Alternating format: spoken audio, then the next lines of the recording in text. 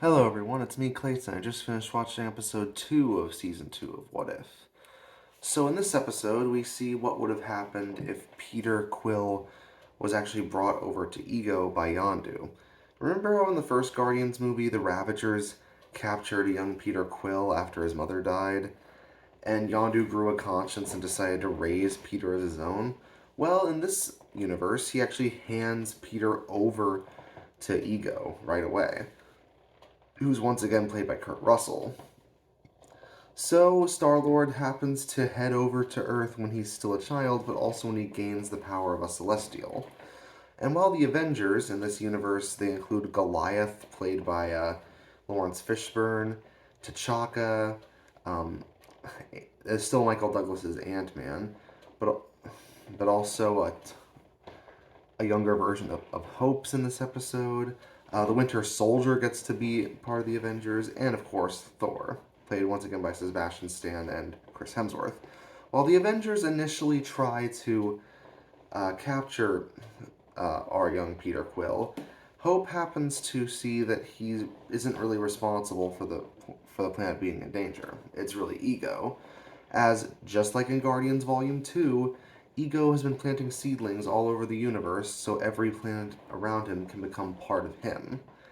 So the team has to convince Peter Quill to fight against his father to save the universe, especially since he has to remember who he was as a young boy in Missouri. So yeah, I really like this concept, especially since, again, it shows what could have happened if one tiny thing was changed in the timeline. And I genuinely love all the cast members they brought in. They have Lawrence Fishburne as Goliath. They bring back Haley Atwell as Peggy Carter, and a lot of them do have a lot of great camaraderie with each other. On top of that, I really like the idea that Ego has this huge battle with the Avengers with a bunch of clones made of the Earth going after them. While we also get some great emotional moments with Michael Douglas as Ant-Man trying to reason with young Peter. All the while, Howard Stark gets to reason with young Bucky, who, as the Winter Soldier, is a contract killer with the Russians in this universe, but he happens to be shown the right way when he's reminded of his past as Bucky, showing that Howard Stark can use the memory he has of Captain America, our Captain America, to, do the right thing. Saying that even 50 years later, Captain America is still saving him in a way. That's what I really like about the What If series. It seems to have more respect for the MCU than a lot of the recent movies, especially when it comes to the first three phases of it.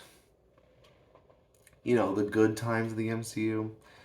It definitely seems to use the elements from those movies to build actual good stories, and while still incorporating stuff from the more divisive films that actually aren't that bad, such as Marvel from the original Captain Marvel, except